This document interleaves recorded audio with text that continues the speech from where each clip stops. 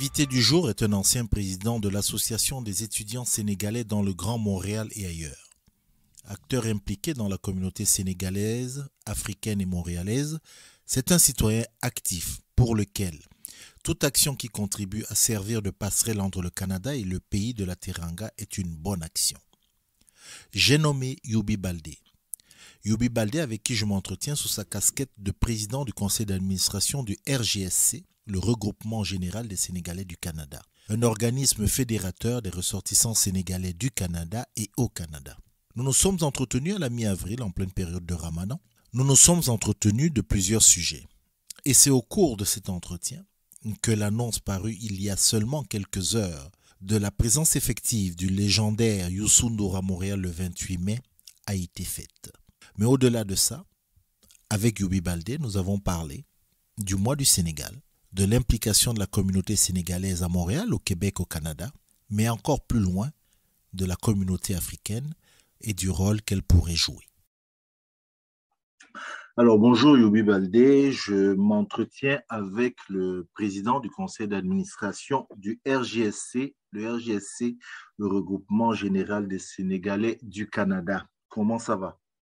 Ça va bien, merci. Bonjour Cyril, merci de l'invitation. Je n'avais pas le choix de toute façon que d'entendre la voix la plus autorisée du RGSC, surtout en ce moment où c'est un mois particulier pour le Sénégal, parce que c'est un mois, comme on l'appelle ici au Canada, le mois du Sénégal, où on sait que durant une période de 30 jours, vous avez quand même pas mal d'activités. Commençons par le commencement. Le mois du Sénégal a combien d'années d'existence déjà? Nous sommes rendus à la 9e édition. En fait, c'est ça, le regroupement général des Sénégalais existe bien avant cela. Je pense qu'on commence à parler d'édition quand on a élargi le concept du mois du Sénégal dans une durée de 1 mois. Mais si tu permets, je peux juste donner une brève explication de l'origine de ce mois du Sénégal. Tout à fait. C'est en fait lié à la fête de l'indépendance du Sénégal qui est fêtée le 4 avril. De chaque année. Donc, l'association avait pour habitude de célébrer la fête de l'indépendance au mois d'avril. Ça commençait par un week-end. Après, des activités sont greffées. On est allé dans une semaine. Et à un moment donné, il y avait tellement d'activités organisées. Nous avons rempli le mois. Donc, c'est à partir de ce moment que le programme s'est vraiment étoffé, que nous sommes partis sur le mois du Sénégal. Mais ça a été célébré depuis la création officielle de l'association qui date de 1994. Quand même. Il est de coutume, par rapport à ces organisations nationales en terre étrangère, il est de coutume généralement d'avoir un seul événement à l'année, au-delà de petites activités, mais d'avoir juste un grand événement qui a lieu le jour, peut-être justement en l'occurrence, le jour de la fête nationale. Et pour le Sénégal, c'est le jour de la fête de l'indépendance, le 4 avril. Vous avez opté pour non plus un jour, mais une semaine, un mois. C'est pourquoi? Parce qu'il y avait pléthore d'activités à proposer? Oui, effectivement, c'est ça. C'est lié à pas, je dirais pas la demande, mais vraiment au désir de vouloir montrer toute cette belle facette du Sénégal. Parce que, effectivement, célébrer juste la fête de l'indépendance, c'est résumé à un après-midi ou à une journée de la semaine. Mais vu tout ce qu'on avait à montrer, la teranga, le côté économique, les entrepreneurs, les côtés familial. Donc, les gens, à partir de ce moment, ont senti l'intérêt de se regrouper, de se réunir durant. Vous connaissez un peu la réalité ici au Canada. Les gens vivent un peu quand même de façon isolée. Et le fait juste de se rencontrer pour célébrer la fête de l'indépendance a donné cette envie, a donné cette ouverture d'organiser d'autres événements qui permettent aux gens de se retrouver physiquement. Bon, on commence à se revoir physiquement. Les 2 dernières années, c'était quand même difficile. Mais c'est un peu dans ce sens-là qu'on a voulu l'étendre. Et effectivement, vous savez, quand on commence petit, on commence par 2 activités. Une activité de conférence qui va parler des conditions de famille ou bien des conditions de vie ici au Canada. Après, une autre conférence va venir pour vous parler de la gastronomie, par exemple. Donc, etc. C'est comme ça que nous avons eu une pléthore d'événements et qu'on jugeait nécessaire effectivement de présenter aussi aux amis du Sénégal qui sont ici au Canada et aussi aux Canadiens et aux Québécois. Ben justement, puisqu'on parle de ça, peut-être pas à l'échelle du Canada, peut-être même pas à l'échelle du Québec, prenons la grande île de Montréal. Est-ce que on a une idée à peu près du nombre de Sénégalais, grosso modo? Souvent, on a quelques chiffres qu'on nous donne de part et d'autre comme ça. Oui, c'est un peu difficile de donner un chiffre officiel, comme je dirais. Et nous qui sommes derrière les associations depuis pas mal de temps, c'est que le dernier recensement du ministère de, De l'immigration? de l'immigration, des statistiques du Canada même, je dirais, date quand même de pas mal de temps. On avait un chiffre qui tournait dans les 11 000, 12 000. Et ça, je parle de 2011-2012. Hein. Je pense oui, en 10 ans, je pense que ça a évolué. Oui, mais facilement, ça a doublé. Aujourd'hui, nous sommes rendus à 20 à 25 000 Sénégalais sur le territoire canadien. Et au niveau du Québec, qui regroupe 80%, pour arrondir, on disait 78% des Sénégalais qui sont au Canada. Les 80% vivent dans la région du Québec et exclusivement autour de Montréal et de ses environs. Donc, facilement, nous avons peut-être 12 à 15 000 Sénégalais qui sont à Montréal et tout ce qui tourne autour de Montréal. Je voudrais qu'on parle un peu du mois du Sénégal. On va parler du regroupement qui est derrière tout ça, le mois du Sénégal, parce que tu l'as dit, on sort de 2 ans, grosso modo, où on ne pouvait pas se voir, tout était un peu fait de manière virtuelle. Et là, voilà qu'au moment où on en trouve les portes et les fenêtres, il y a le mois du Sénégal. Cette édition 2022, là, comme tu l'as dit, qui est la 9e édition, qu'est-ce qu'elle a de particulier? Qu'est-ce que le Sénégal du Canada, je dirais ça comme ça, offre aux gens? Toutes les éditions quand même sont particulières, effectivement. Celle-ci aussi, elle vient avec un programme vraiment extrêmement large. Ce qu'il y a de particulier, nous sommes revenus sur l'apport de la diaspora sénégalaise ou africaine. Quel est l'apport économique, quel est l'apport culturel, quel est le sens de cette diaspora-là pour son pays d'origine. Je pense que ça fait partie de la thématique de cette année. Et nous avons aussi glissé dans la thématique de cette année, le bon vivre ensemble. Le bon vivre ensemble qu'il faut encore magnifier, dont on n'arrêtera jamais de parler. J'ai aussi compris, parce qu'au moment où on se parle, on est déjà à la mi-avril. Oui, le mois, il a commencé évidemment un peu en rapport avec le 4 avril, date de l'indépendance du Sénégal, mais vous êtes en train de déborder du mois strictement 30-31 jours, puisque le mois du Sénégal, par rapport à ses activités, vous le poussez jusqu'au mois de mai, si mes informations sont bonnes. Exactement. Cette année, l'édition de cette année va s'étendre du 2 avril au 28 mai. Et le mois du Sénégal, comme on l'a dit, même nous, les Sénégalais, c'est devenu un concept. On n'est plus juste limité par un espace dans le temps, mais c'est quand même devenu un concept maintenant qu'il faut magnifier. Non, mais on doit avouer une chose, Youbi Baldé. Le mois du Sénégal, j'en ai toujours entendu parler. J'ai assisté à quelques éditions, pas toutes, je dois l'avouer. Mais aujourd'hui, ça dépassait uniquement les 30 jours pour devenir plutôt un moment de visibilité pour le Sénégal, pour ses richesses, pour ses valeurs. Mais ça, on le trouve, on va revenir sur le mois un peu plus tard, je veux qu'on avance un peu, mais ça aussi, on le retrouve même avec le regroupement général des Sénégalais du Canada, dont tu es le président du conseil d'administration. J'ai presque envie de dire que vous débordez un tout petit peu des limites, vous les poussez de plus en plus, les limites du regroupement général des Sénégalais, vous repoussez les limites, les territoires, parce que vous commencez à aller vers des enjeux qui vont au-delà du Sénégal. C'est un choix volontaire ou ça a été par nécessité? Comme tu l'as bien compris, hein, je pense que c'est effectivement ça. Je l'ai dit, les activités n'arrêtent pas d'augmenter et c'est comme la demande aussi. Nous avons des journées scientifiques. L'année passée, les journées scientifiques ont permis de parler de l'industrie pharmaceutique du Sénégal. Ça va revenir cette année.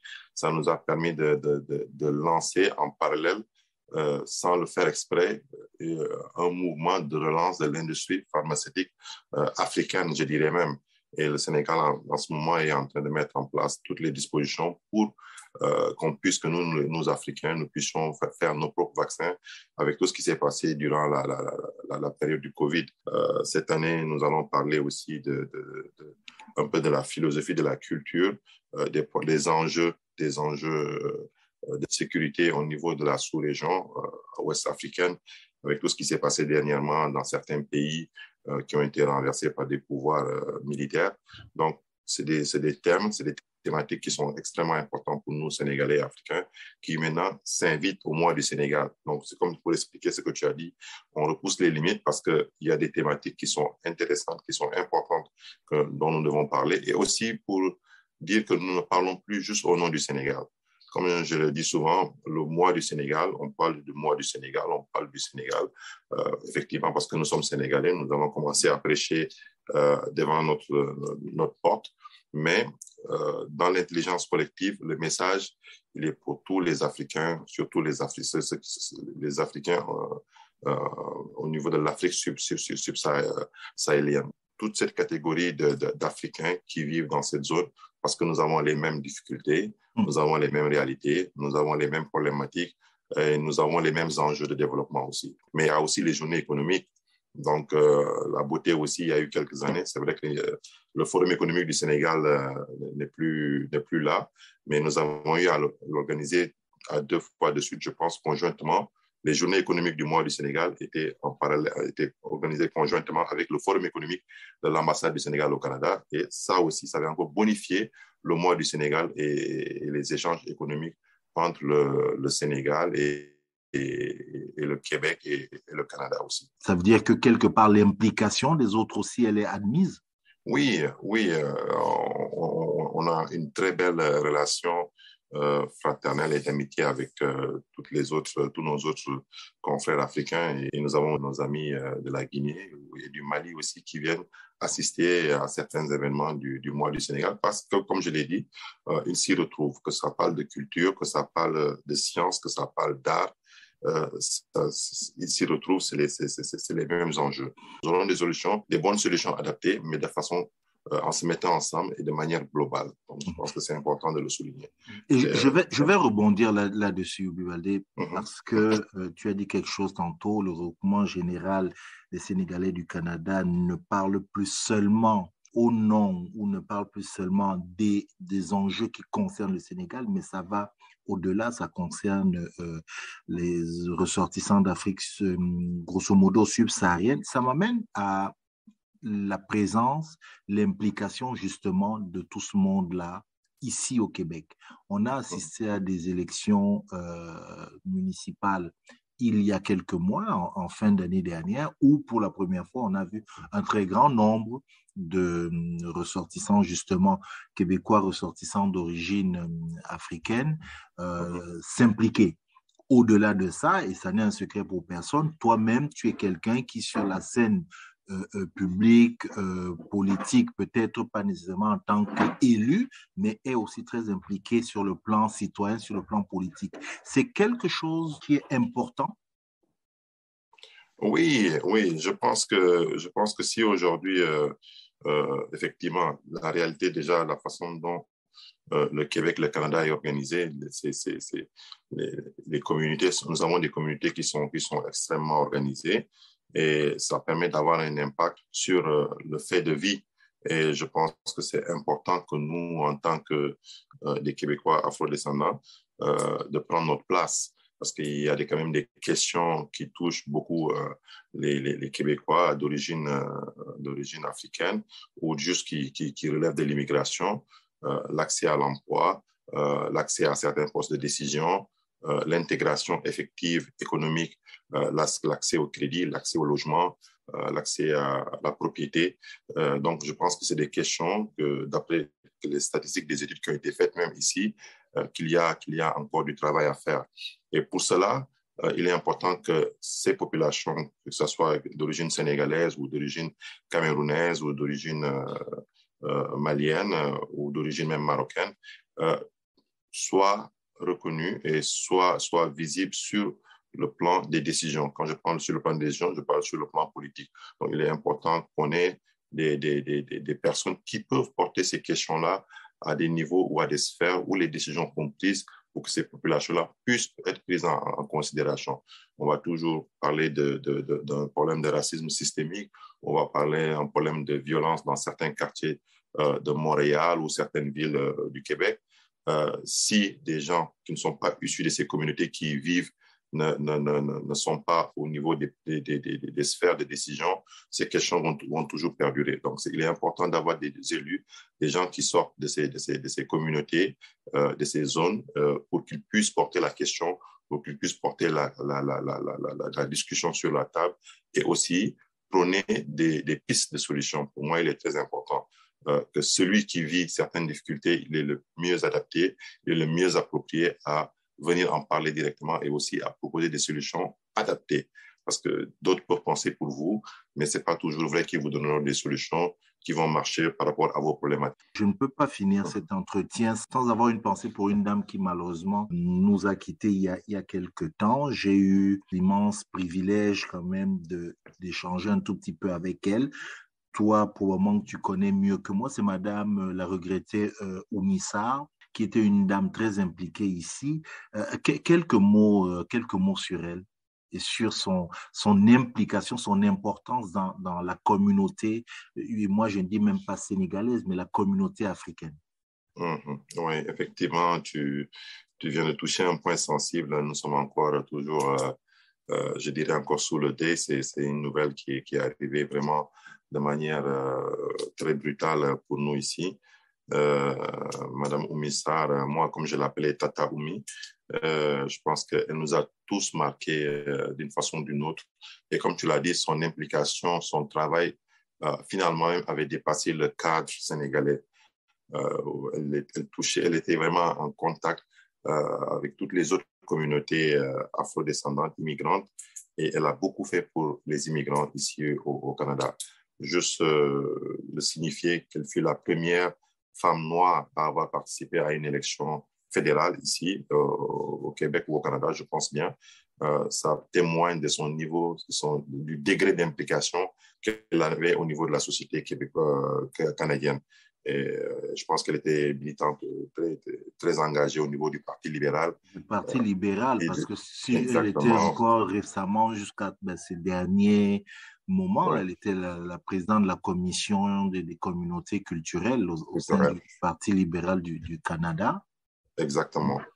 Donc, elle nous a marqué, une femme très impliquée. Moi, je me rappelle, c'est vrai que moi aussi, j'ai un lourd, un lourd parcours sur l'intégration de nos communautés ici. J'ai été président de l'association des étudiants sénégalais dans le Grand Montréal et environ, à un moment donné de mon parcours.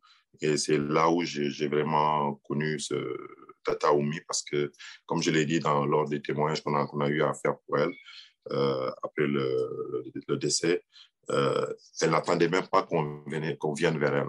C'est elle-même qui prenait son téléphone, c'est elle-même qui faisait le suivi des dossiers. Elle a eu à soutenir beaucoup, beaucoup d'étudiants. Et finalement, je me suis rendu compte que ce n'était même pas juste des étudiants sénégalais. Il y a même des étudiants d'autres nationalités sur lesquels elle a beaucoup intervenu, sur les problèmes de logement, sur le problème d'intégration, sur les problèmes même des fois du paiement des frais de scolarité qui sont exorbitants. Et si tu me permets, je vais bifurquer sur cette question-là que nous avons soulevée dernièrement au niveau du lancement du mois du Sénégal. C'est une question qui revient maintenant perpétuellement. Il est temps que nous, certains pays africains, surtout qui sont issus de l'Afrique, qui sont francophones, qui parlent français, que le Québec rétablisse une justice, qu'on puisse arrimer tous les frais d'étudiants étrangers des pays francophones au même niveau.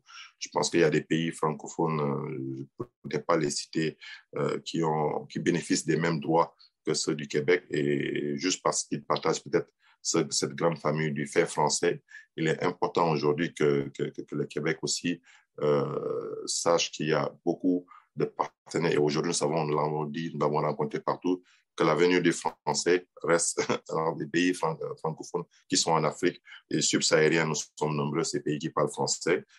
Déjà, notre entretien s'est fait en français. Il est important que ces étudiants qui, non seulement qu'on puisse faciliter leur accès aux admissions, ça a été dénoncé dernièrement au niveau du fédéral, qu'il y avait un manque de sérieux sur le traitement des dossiers des étudiants venant d'Afrique. Et là, je mets encore le doigt sur les étudiants venant de l'Afrique francophone qui partagent beaucoup de choses avec le Québec. Il est important aujourd'hui d'arrimer ces frais-là de scolarité aux autres pays francophones que nous connaissons, comme la France, je vais les citer, au même titre que les étudiants québécois. Donc, je pense que le Québec a un grand travail à faire là-dessus pour l'intégration de ces étudiants qui sont, et pour le dire aussi, une bonne source pour l'économie québécoise parce que ces gens, ils vont étudier ici, ils vont développer des idées, ils vont faire des recherches au niveau de certains laboratoires. Donc, c'est bon pour le Québec. Et pour revenir sur Tata Oumi, en tout cas, c'est un héritage. Je ne sais pas si ça va être une fondation ou ça va être quelque chose qu'on mettra sur place pour que les nouvelles générations puissent s'en inspirer, voir qu'ils y ont eu des modèles, qu'ils ont eu des gens ici, qui ont eu à avoir des postes très hauts de responsabilité et qui ont poussé le flambeau très haut. Et ça pourra peut-être aider la nouvelle génération à ne pas rester en arrière, à se dire qu'il est possible et qu'ils aussi peuvent faire des choses pour leur communauté, pour le Québec, pour le Canada et aussi pour leur pays d'origine. Ça, c'est une très, très bonne conclusion, Youbi Baldé, de terminer comme ça, ce qui prouve encore que j'ai dit au début que j'allais avoir un leader, et ça n'a pas loupé. On le sent, on l'entend, mais je pense qu'effectivement, des personnes comme cette dame, Madame Oumi Sarr, ce sont des gens qu'on ne pleure pas, comme je dis souvent. On continue leur combat, on continue leur engagement et je trouve, je ne sais pas quelle forme cela aura, mais je trouve que par exemple cet héritage-là via une fondation, ce serait pas mal pour transmettre. Mais toujours est-il que de toute façon, l'hommage, la place lui sera rendue et puis à notre modeste niveau, on prendra la part qu'on pourra prendre. Donc, je rappelle alors que pour vraiment avoir plus de détails sur tout ce qu'on s'est dit, les gens ont la possibilité donc d'aller soit sur votre site internet, donc rgsc.ca, ou encore sur la page Facebook, où je sais que vous êtes aussi très présent. Donc, je rappelle encore le mois du Sénégal, du 2 avril au 28 mai, et il est ouvert, ce mois est ouvert à tout le monde. Allez apporter comme on dit en bon français, apporter vos inputs au sein du regroupement aujourd'hui, même si ça s'appelle regroupement général des Sénégalais du Canada, c'est ouvert à tout le monde. C'est le président du CA lui-même qui l'a dit, donc on en prend acte. Merci beaucoup. Merci Cyril. Je n'ai pas eu le temps de parler des autres membres du regroupement. Le regroupement est très large. Nous avons le bureau exécutif, le président du bureau exécutif qui est Michel Abbas aussi, qui fait un travail extraordinaire avec son équipe. Nous, au conseil d'administration aussi, on est là, on porte les questions à un autre niveau. Et les négociations aussi avec les institutions canadiennes, québécoises et aussi sénégalaises. Donc, le conseil d'administration fait aussi ce beau travail. Nous avons aussi le club des entrepreneurs sénégalais et privés qui est là, qui dérive du regroupement et qui est là, qui travaille avec les entrepreneurs sénégalais et un peu les amis du Sénégal aussi. Nous avons le fonds social, un fonds social que nous avons mis en place pour aider lors des événements douloureux, qui est aussi dirigé par Madame Salamata Ba, donc vraiment qui est là pour aider pendant les moments douloureux, lors des décès, des maladies graves et tout. Nous avons aussi le projet, comment on appelle, le comité Habitat. Donc, nous avons mis en place un comité Habitat pour faire un projet Habitat au Sénégal, permettre aux Sénégalais qui sont ici d'avoir un pied au Sénégal. Donc, le gouvernement est vraiment structuré. Il y a beaucoup de démembrements que nous avons mis en place qui fonctionnent de manière autonome pour toujours permettre aux Sénégalais d'aller plus loin. Mais en tout cas, j'invite tout le monde à venir participer à nos activités. Après 2 ans d'absence, l'année passée, nous étions purement virtuels. Cette année, il y a des activités qui vont se dérouler en présentiel. avec les journées économiques qui seront en présentiel, une partie des journées scientifiques aussi. Nous allons parler des défis énergétiques, mais nous avons une grande surprise cette année pour la soirée de gala, pour le concert. Je ne vais pas le nommer, je ne vais pas vendre la mèche, parce que c'est encore en cours.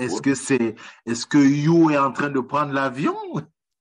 Non, je donne le nom de personne. Tu donnes le nom de personne. Je donne le nom de personne, mais alors, nous allons avoir une surprise, il faut le surveiller. Vous allez avoir une surprise cette année. Vraiment, nous avons travaillé très fort. Et au-delà de la communauté sénégalaise, c'est toute la communauté africaine qui sera vraiment contente de cette nouvelle. Mais il faut le surveiller de près. Nous sommes très proches de l'accomplir, mais ce sera vraiment une très belle surprise pour toute la communauté africaine et même internationale.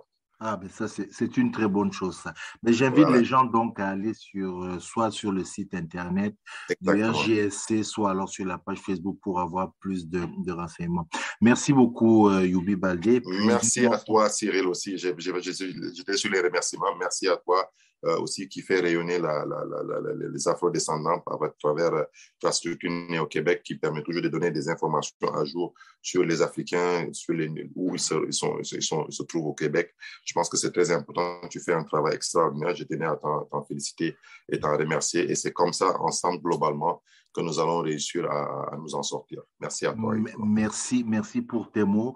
Et puis, comme je dis, si ça n'est pas pour le Ndogou Pascal, je promets qu'on va se voir pour un Ndogou. Je sais que tu vas m'inviter. Là, je lance l'invitation publiquement. Allez, je te souhaite une bonne journée. On se dit à bientôt. Merci, mon cher Cyril. Merci. Bonne journée à vous et merci à tout le monde. À la prochaine. À la prochaine. Mon nom est Cyril Ekwala.